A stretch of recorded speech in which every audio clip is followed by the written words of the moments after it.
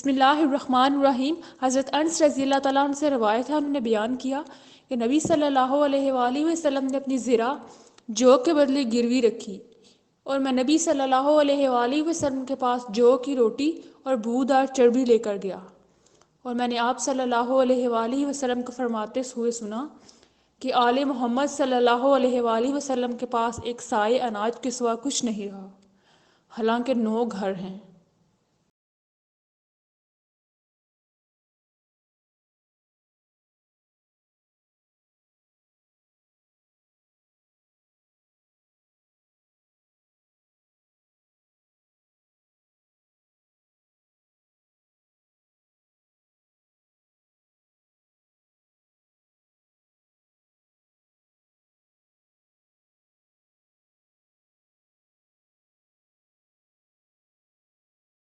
بسم اللہ الرحمن الرحیم۔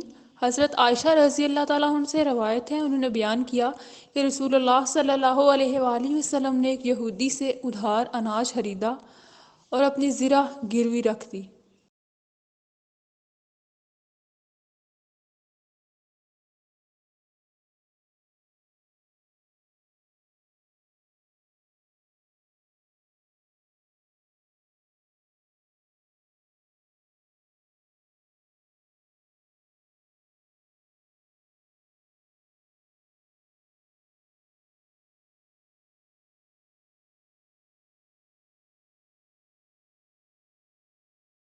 بسم اللہ الرحمن الرحیم۔ جابر بن عبداللہ بیان کرتے ہیں کہ رسول اللہ صلی اللہ علیہ وآلہ وسلم نے فرمایا، کوئی ہے جو کعب بن اشرف کا کام تمام کرے، اور اس نے اللہ اور اس کے رسول صلی اللہ علیہ وآلہ وسلم کو تکلیف دی ہے۔ محمد بن مسلمہ نے عرض کیا، میں تیار ہوں۔ چنانچہ محمد بن مسلمہ اس کے پاس آئے اور ایک وسق یا 2 وسق غلہ قرض لینے کا خیال ظاہر کیا، تو اس نے کہا کہ اپنی بیویوں کو میرے پاس گروی رکھ دو۔ ان لوگوں نے کہا کہ ہم کس طرح اپنی بیویوں کو گروی رکھ سکتے ہیں، جبکہ تو عرب میں سب سے زیادہ حسین ہے۔ اس نے کہا اپنے بیٹوں کو گروی رکھ دو۔ ان لوگوں نے کہا کہ ہم کس طرح اپنے بیٹوں کو گروی رکھ سکتے ہیں۔ لوگ ان کو طعنے دیں گے اور کہیں گے کہ ایک وسق یا 2 وسق اناج کے عوض گروی رکھے گے، یہ ہمارے لیے شرم کی بات ہے، لیکن ہم لاما یعنی اسلحہ تیرے پاس گروی رکھ سکتے ہیں۔ چنانچہ اس نے دوبارہ آنے کا وعدہ کر گئے، پھر اس کے پاس آئے تو اسے قتل کر دیا۔ پھر نبی صلی اللہ علیہ وآلہ وسلم کے پاس آئے اور آپ صلی اللہ علیہ وآلہ وسلم سے ماجرا بیان کیا۔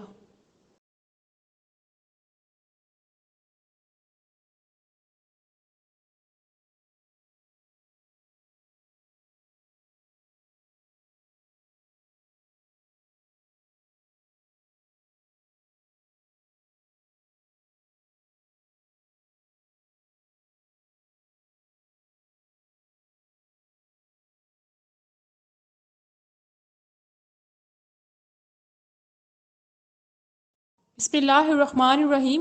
حضرت ابو ہریرہ رضی اللہ تعالیٰ عنہ سے روایت ہے کہ آپ صلی اللہ علیہ وآلہ وسلم فرماتے تھے کہ رہن کے جانور پر اس کے حرج کے عوض سواری کی جائے، اور دودھ دینے والا جانور دوہا جائے اگر وہ گروی ہو۔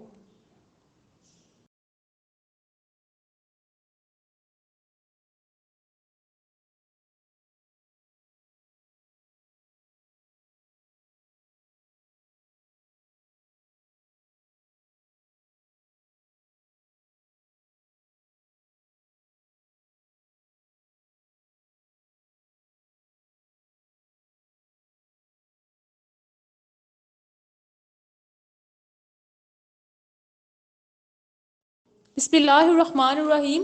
ابو ہریرہ رضی اللہ تعالیٰ عنہ سے روایت ہے، انہوں نے بیان کیا کہ رسول اللہ صلی اللہ علیہ وآلہ وسلم نے فرمایا، گروی کے جانور پر اس کے حرج کی بس سواری کی جائے اور دودھ دینے والے جانور کو دوہا جائے جبکہ وہ گروی ہو۔ سواری کرنے والے اور دودھ پینے والے کے ذمے اس کا حرج ہے۔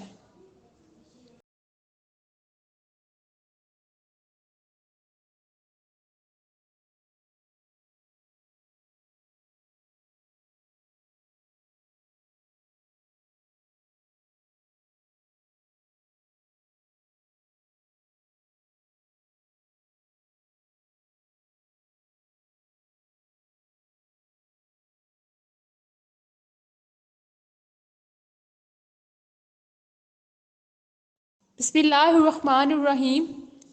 ابن ابی ملیکہ سے روایت ہے، انہوں نے بیان کیا کہ میں نے ابن عباس رضی اللہ تعالیٰ عنہ کے پاس لکھ بھیجا تو انہوں نے جواب دیا کہ نبی صلی اللہ علیہ وآلہ وسلم نے حکم فرمایا کہ قسم مدعا کے ذمے ہے۔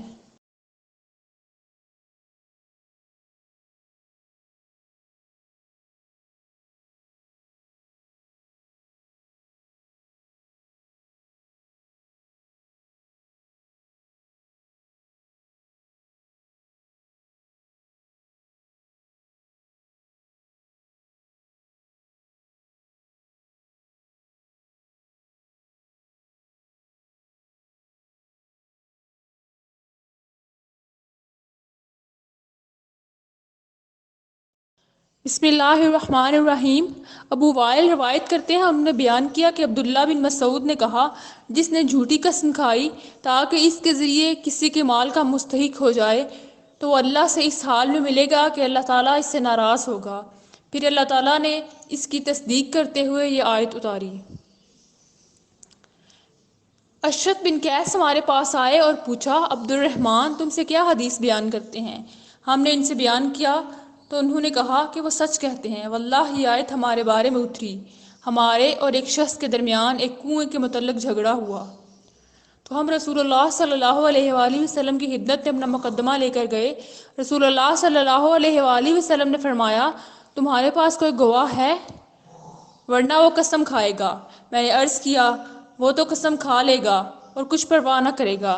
تو رسول اللہ صلی اللہ علیہ وآلہ وسلم نے فرمایا، جس نے جھوٹی قسم کھائی تاکہ اس کے ذریعے کسی کے مال کا مستحق ہو جائے تو اللہ تعالیٰ اس سے اس حال میں ملے گا کہ وہ اس پر غصہ ہوگا۔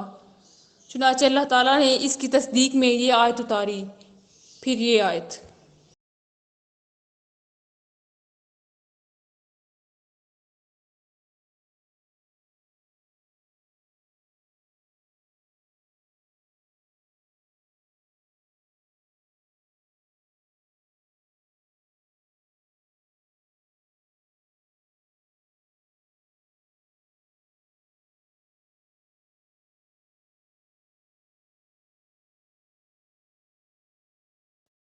بسم اللہ الرحمن الرحیم۔ ہم سے عبداللہ بن یوسف نے بیان کیا، کہا ہمیں مالک نے ابو زناد سے، انہوں نے عارج سے، انہوں نے ابو ہریرہ رضی اللہ تعالیٰ عنہ سے کہ رسول اللہ صلی اللہ علیہ وآلہ وسلم نے فرمایا، جب تک تم اپنے مسلے پر جہاں تم نے نماز پڑھی تھی بیٹھے رہو اور ریا خارج نہ کرو تو ملائکہ تم پر برابر درود بھیجتے رہتے ہیں، کہتے ہیں اے اللہ اس کی مغفرت کیجیے، اے اللہ اس پر رحم کیجیے۔